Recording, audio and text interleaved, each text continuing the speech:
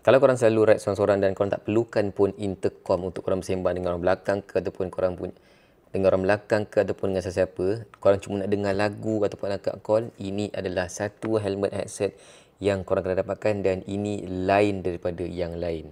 Okey, dalam kotak ni apa yang korang dapat adalah benda yang sangat simple, iaitu jatuh pula. Buku panduan yang korang kena baca dan ada ini je.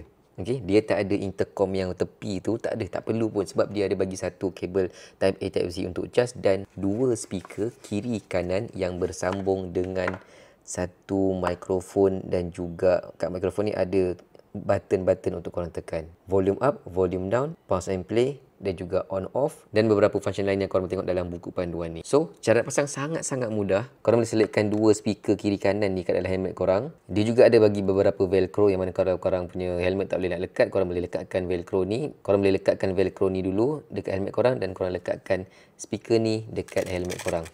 Jadi lepas korang dah masukkan speaker dekat kiri dan juga kanan helmet korang, korang boleh tekan button tengah-tengah ni untuk onkan dia. Bila dah on, korang boleh connectkan dengan Bluetooth handphone korang dan korang boleh terus play lagu sambil korang bawa motor, korang boleh dengar lagu dengan sangat best. Dan ini adalah bunyi yang korang akan dengar.